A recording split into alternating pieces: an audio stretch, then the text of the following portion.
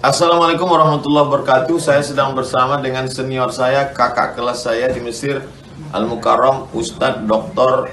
Damanhur Abbas. Nikmati kajian-kajian tausiah beliau yang bergizi, berkualitas di channel Ustadz Damanhur Abbas. Jangan lupa tonton, subscribe, like, share, and comment. Assalamualaikum warahmatullahi wabarakatuh.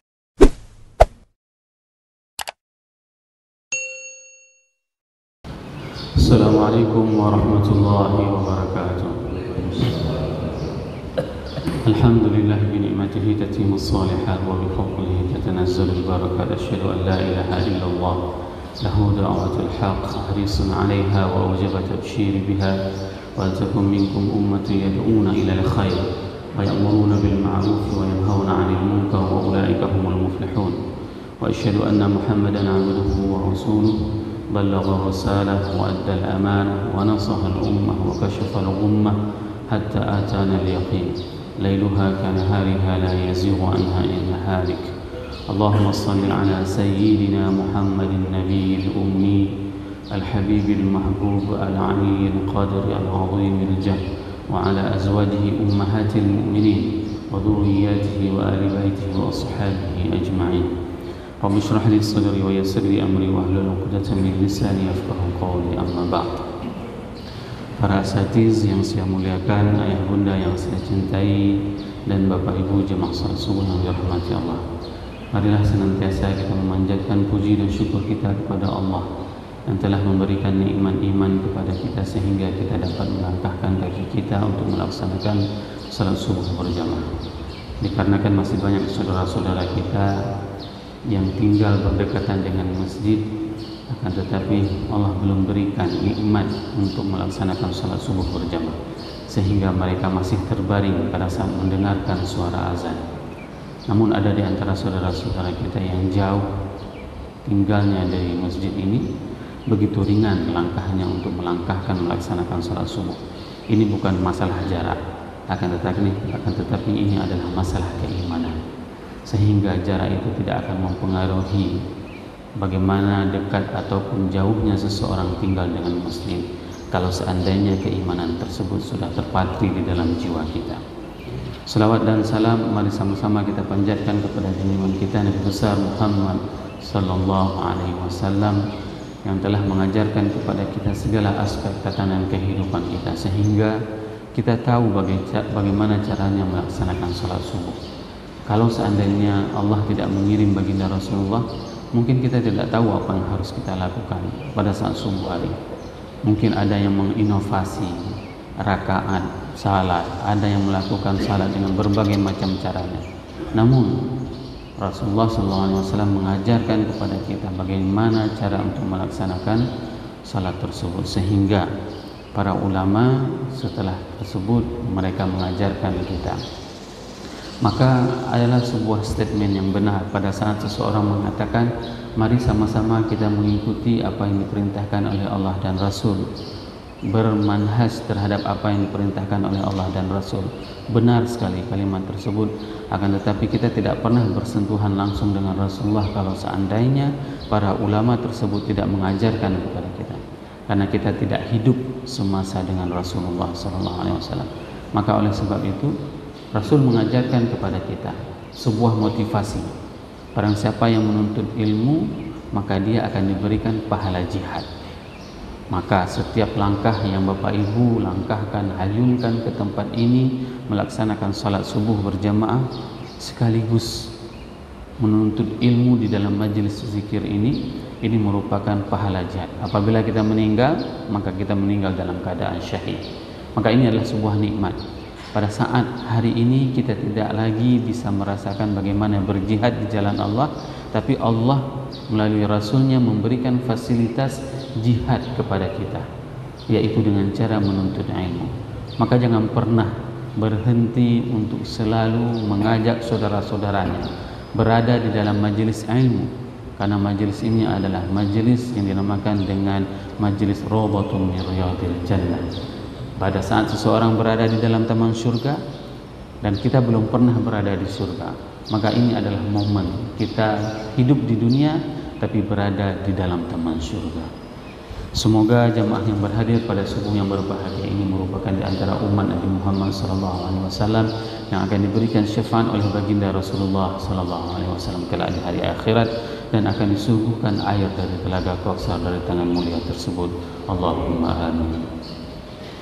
Bapak Ibu jamaah salat subuh yang dirahmati Allah, subuh ini merupakan subuh yang ke-100 saya memberikan pengajian di Masjid Darussalam ini, dan kita baru memasuki tentang fase neraka. Insya Allah setelah neraka kita akan menceritakan bagaimana nikmatnya syurga. Pada surat Al-Fatir ayat 36 Allah berfirman, a'udzubillahi minasyaitonirrajim, bismillahirrahmanirrahim, walladzina kafaru lahum naru jahannam la yuqda 'alaihim fayamutu wa la yukhaffafu 'anhum min 'adzabiha kadzalika najzi kullu kafar kadzalika najzi kullu kafur. Shadaqallahul azim. Ayat ini menceritakan bagaimana kondisi orang-orang kafir pada saat mereka, Allah menjelaskan bagaimana posisi mereka.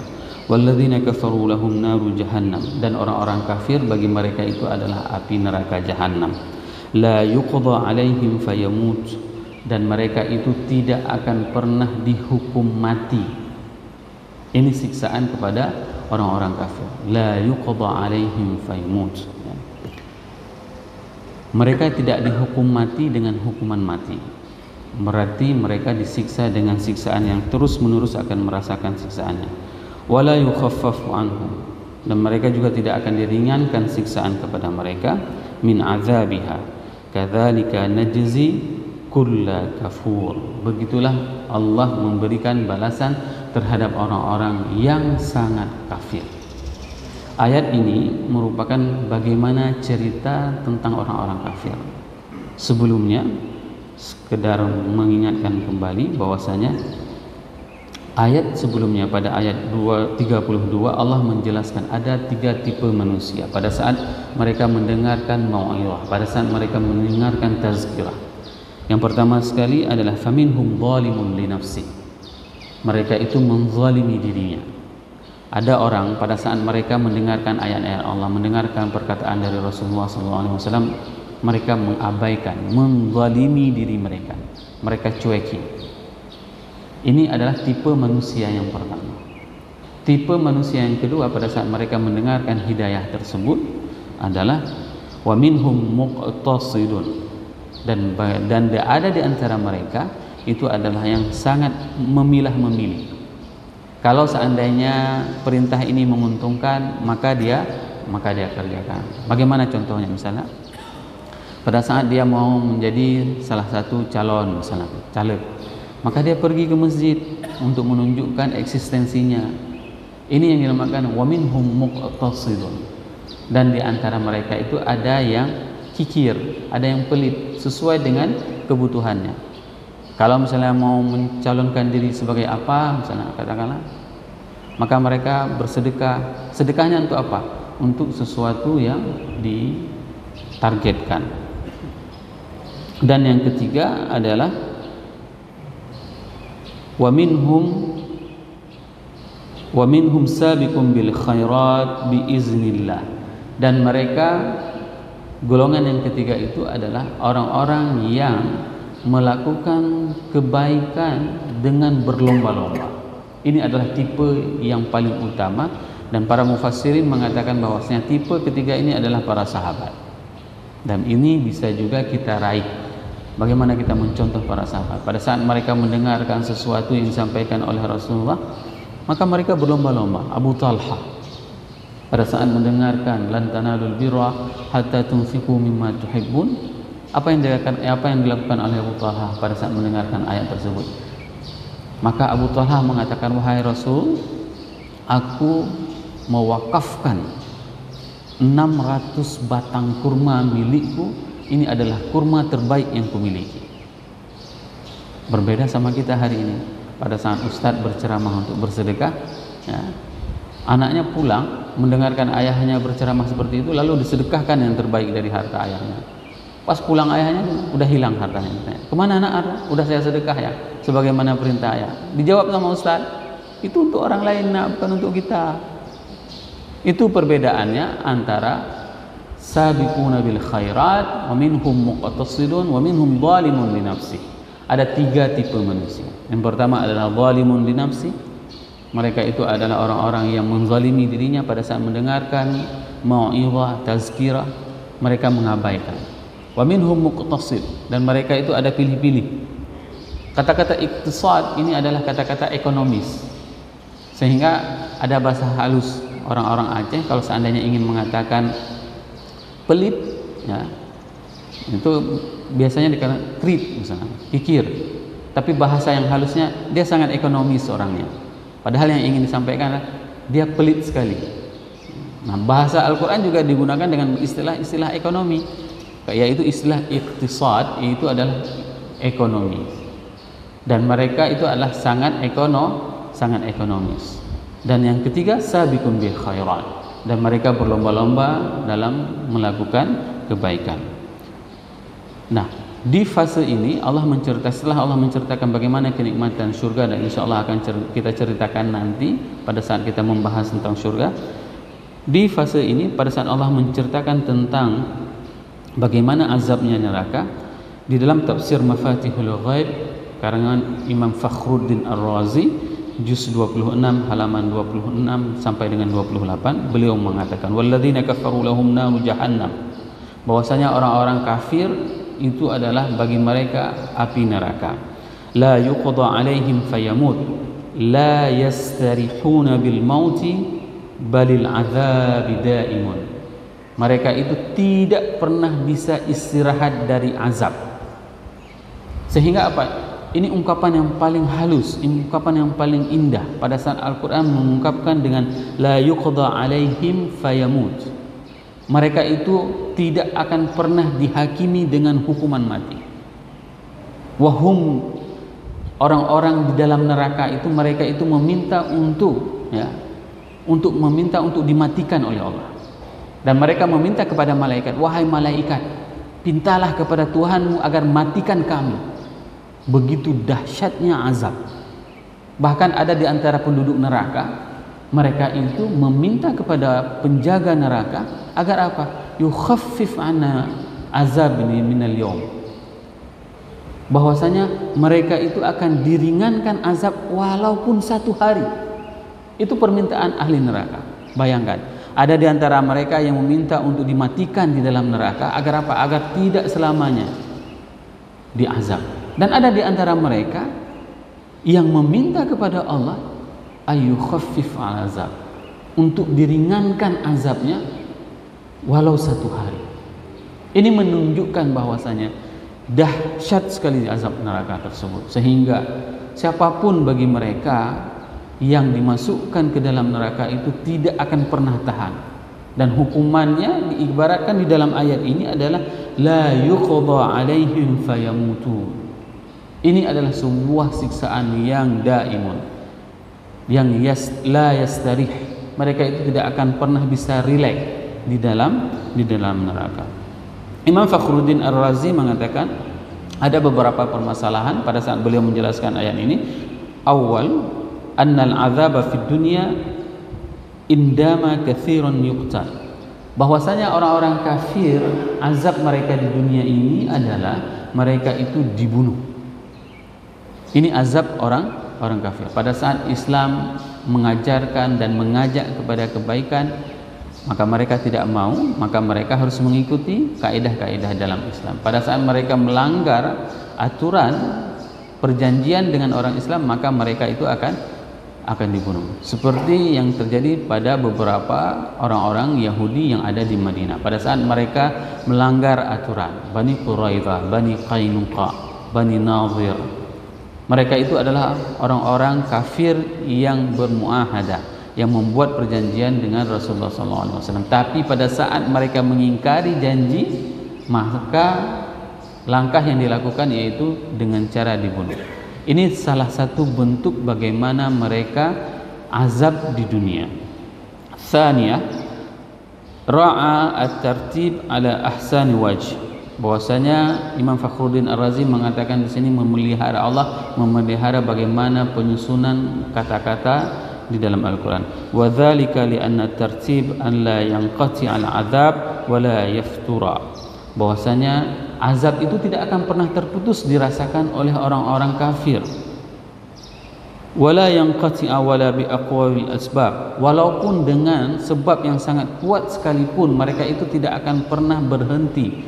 Mereka itu tidak akan pernah terhenti dari azab. Wala yujabun kama qala, dan mereka itu tidak akan pernah dipenuhi permintaannya. Kenapa? Karena pada saat mereka berada di dalam neraka, mereka itu akan meminta. Apa permintaannya? Dalam surat Az-Zukhruf ayat 77, Allah berfirman, "Wa nadau ya Malik liyuqdi alaina rabbuk." Dan mereka meminta kepada malaikat Malik, liyuqdi alaina rabbuk, agar diselesaikan saja urusan kami oleh Tuhan. Ini adalah permintaan orang-orang di dalam neraka, Bapak Ibu jemaah yang dirahmati Allah. Maka beruntung kita di subuh yang berbahagia ini kita mengetahui ayat ini. Agar apa? Agar kita tidak termasuk di antara mereka yang akan mengulangi ucapan ini. Allah membocorkan transkrip percakapan penduduk neraka kepada kita. Agar apa? Agar kita yang berhadir pada subuh yang berbahagia ini bukan kita yang akan mengucapkan kata-kata ini. Ini adalah sebuah nikmat yang sangat luar biasa. Maka jangan pernah bermaksiat kepada Allah, jangan pernah meninggalkan Allah, jangan pernah berpaling dari Allah dan Rasul. Karena ini adalah salah satu hikmah dan nikmat terbesar bagi kita yang masih diberikan oleh Allah kesempatan untuk hidup di atas dunia ini. Wa hum yastarikhuna fiha. Istarakha ini merupakan salah satu ungkapan mustarikhun. Yastarikh, ya. Itu adalah ungkapan di mana suara teriakan yang lantang. Ya. Di dalam surat Ibrahim, wa ma ana bimusrikhikum wa ma antum bimusrikhiyya. Ini diungkapkan di dalam surat Ibrahim dan itu sudah kita bahas. Bahwasanya aku tidak bisa menyuarakan keinginan kalian, begitu juga dengan kalian menyuarakan keinginanku. Tapi kata-kata Imam Syekh Muhammad Mutawalli Sya'rawi, beliau mengatakan seperti ini, bahwasanya ini adalah suara teriakan sebagaimana teriakan orang-orang demo.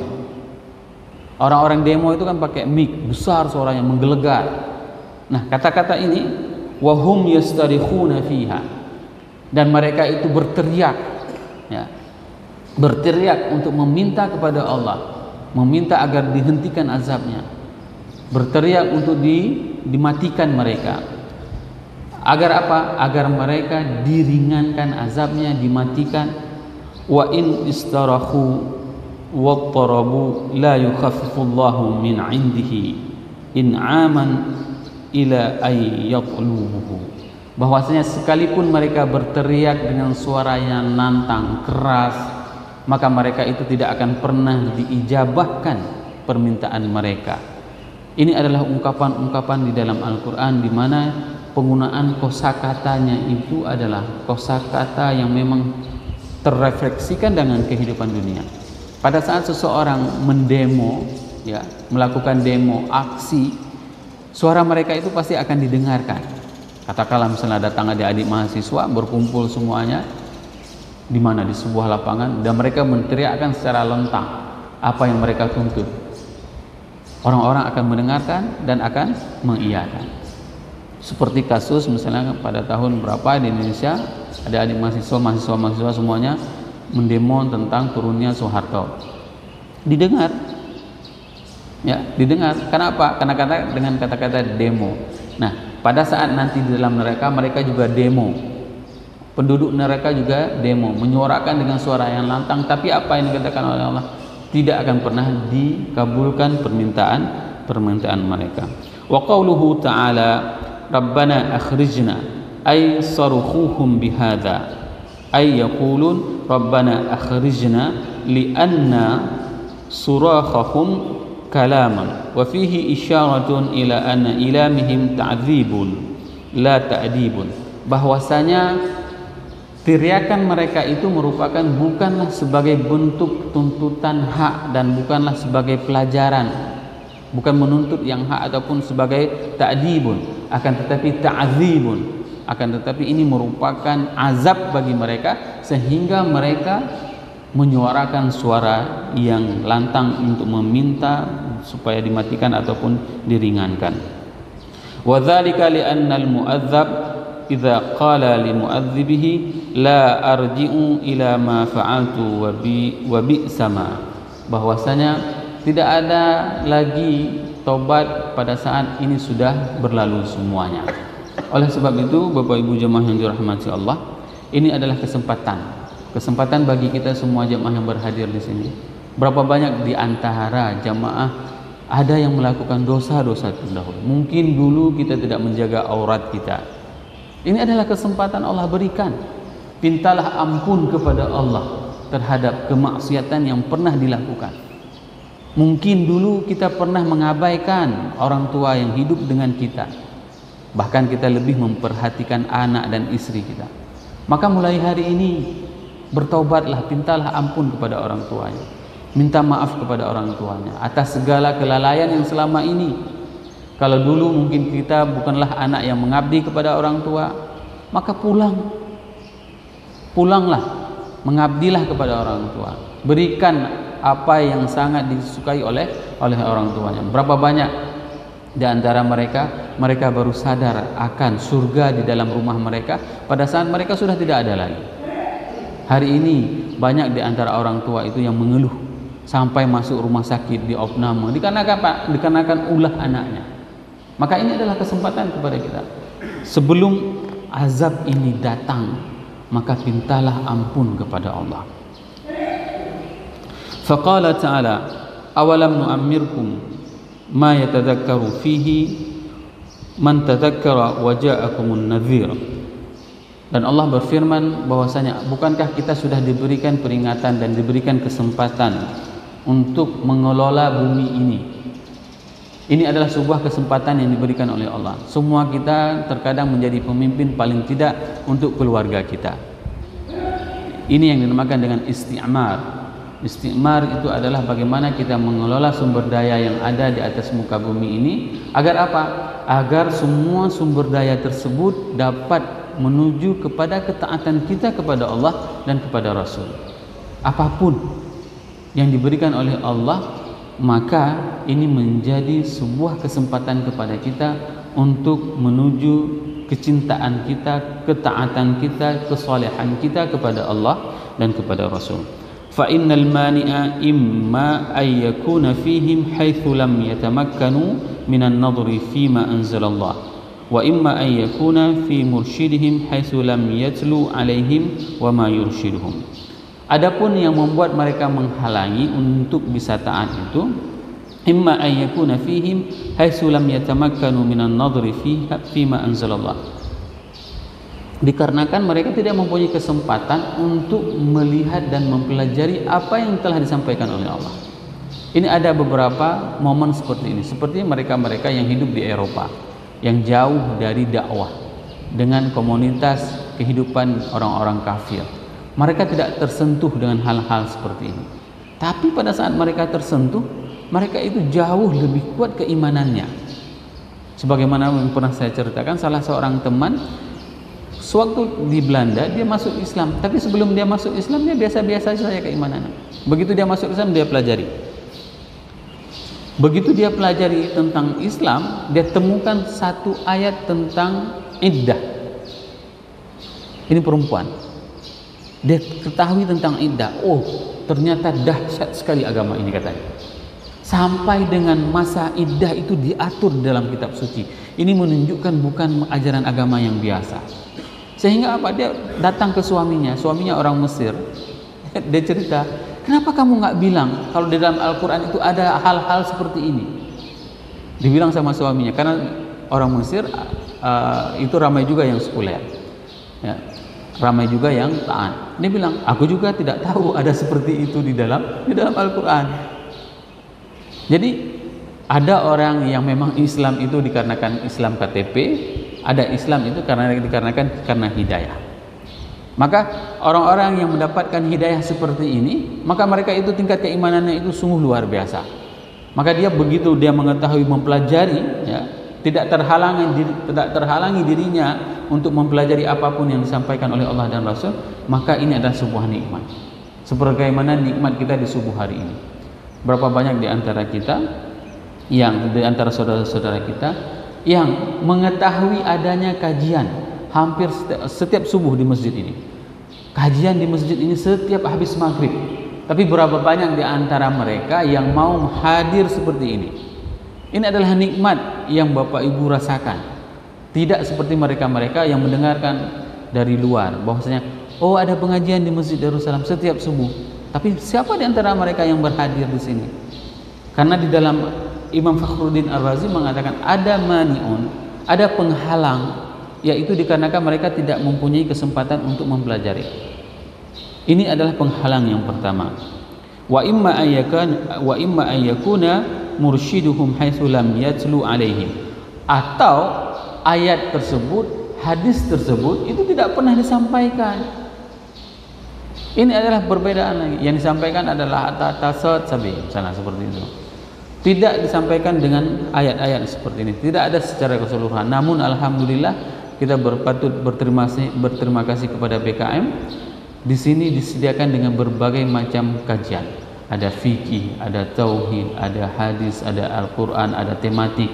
Jadi tidak ada alasan warga desa untuk mengkomplain, katakanlah Tunku Imu, Pak Gesi nanti di hari akhirat. Ya Allah, azablah Pak Gesi misalnya, azablah Tunku Imum karena mereka tidak buat kajian. Tidak, semua sudah difasilitasi di sini. BKM ini telah melepaskan tanggung jawabnya kepada semua jamaah. Kenapa? Karena menyediakan fasilitas pengajian setiap habis subuh dan setiap habis maghrib. Maka ini adalah choice, pilihan. Kita memilih datang atau tidak datang. Kalau seandainya kita memilih datang, maka kita termasuk di antara orang-orang yang melepaskan diri kita dari akan mengucapkan dialog transkrip ahli neraka ini. Fazuqu fama lidh-dhalimin min nasir. Wa qawlihi fazuqu isyaratun ila ad-dawam wa huwa amrun ihana. Bahwasanya zuq ini adalah nikmatilah. Bayangkan Al-Quran menggunakan kata-kata nikmatilah sensasi neraka. Seharusnya neraka itu tidak pernah dikatakan dengan kata-kata zuq, dengan kata-kata nikmat, karena memang tidak nikmat sama sekali, azab. Tapi Al-Quran mengungkapkan dengan kata-kata fazuqu, maka nikmatilah. Sehingga orang-orang Mesir pada saat mereka berdialog dengan temannya, apabila temannya tidak ada perasaan, misalnya kita pergi makan, begitu pergi makan, pas mau bayar pura-pura sibuk, ada telepon dan datanglah misalnya sibuk. Pokoknya setiap habis makan-makan sama kawan-kawan tidak pernah bayar. Itu ungkapannya inta mafizuq, kamu itu nggak punya perasaan. Itu ungkapan yang diungkapkan apabila ada orang pelit seperti itu, inta mafizuq katanya, nggak ada perasaan. Ini ungkapannya ini adalah diungkapkan kepada penduduk neraka. Pada saat mereka diazab di dalam neraka, maka diungkapkan oleh Allah dengan kata-kata fazuqu fama lidh-dhalimin min nasir, dan tidak ada pertolongan bagi orang-orang yang zalim. Imam Fakhruddin Ar-Razi mengatakan isyaratun ila dawam, ini menunjukkan kepada continue, kebersinambungannya, wa huwa amrun ihanah, dan ini merupakan penghinaan. فَمَا لِلظَّالِمِينَ الَّذِينَ وَضَعُوا أَعْمَالَهُمْ وَأَقْوَالَهُمْ فِي غَيْرِ مَوْضِعِهَا وَأَتَوْا بِمَعْذِرَةٍ فِي غَيْرِ وَقْتِهَا مِنْ نَصِيرٍ فِي وَقْتِ الْحَاجَةِ يَنْصُرُونَهُمْ. Bahwasanya siapa saja yang meletakkan perbuatannya, perkataannya bukan pada apa yang diperintahkan oleh Allah dan Rasul, maka mereka ini akan merasakan hal-hal seperti ini. Saya berulang kali mengatakan dan mengingatkan diri saya dan jamaah semuanya, usahakan pada saat minum itu tidak dengan tangan kiri. Usahakan, ini berulang kali saya katakan, dan ini diulangi oleh jamaah yang menghadiri kajian. Kenapa? Karena pada saat mengkonsumsi dia tidak pernah menghadirkan Rasul. Sebenarnya makna mengikuti sunnah Rasul itu bukan hanya secara fisik saja seperti klaim beberapa jamaah hari ini. Mohon maaf misalnya, kalau sudah hitam dahi itu sudah sunnah. Bukan seperti itu saja. Kalau sudah cingkrang sudah sunnah. Bukan seperti itu. Tapi bagaimana memahami sunnah itu adalah dengan cara mentadabburi. Rasul minum seperti apa? Ayo hadirkan. Rasul minum dengan tangan kanan. Walaupun panas, walaupun pergi kenduri, kotor tangan kanan, gelas bisa dicuci Bapak Ibu. Gelas bisa dicuci, tapi kalau misalnya dengan tangan kiri, itu tidak ada tasamuhnya. Tidak ada maafnya. Kenapa? Ini adalah perbuatan yang dianjurkan oleh iblis. Ini adalah perbuatan yang dicontohkan oleh Rasulullah. Pilih mana? Alasannya tangan kanan kotor. Emang tangan kotor nggak bisa pegang gelas? Tidak bisa pegang aqua, misalnya tidak bisa pegang air mineral. Ini yang harus kita hadirkan. Belum lagi dengan sunnah-sunnah yang lain. Saya sering mengulang, coba upayakan bagaimana cara masuk rumah. Ya, jangan seperti kucing masuk rumah. Kucing asal aja dia masuk rumah. Kita diajarkan oleh Rasul bagaimana bersunnah dalam masuk rumah. Masuk dengan kaki kanan, baca salam. Bagaimana cara melepaskan sendal? Lepaskan sendal dengan kaki kiri. Lepas dulu kaki kiri, dan itu kalau kita mau coba, kita mau melatih bisa, dan perlu waktu lama, ya, perlu waktu lama. Waktu kita lepas sendal, hampir semua kita melepas sendal dengan kanan, sepatu dengan kanan dulu. Tapi Rasul mengajarkan lepaskan dengan yang kiri, pakai dengan yang kanan. Ayo kita hadirkan bagaimana Rasul lepas sendal, lepas sepatu. Ayo kita hadirkan bagaimana Rasul masuk rumah. Ayo kita hadirkan bagaimana Rasul masuk ke tandas, bagaimana keluar tandas. Ini yang dinamakan dengan mengamalkan sunnah. Jangan hanya klaim sunnah, ya. Jangan hanya klaim, ya.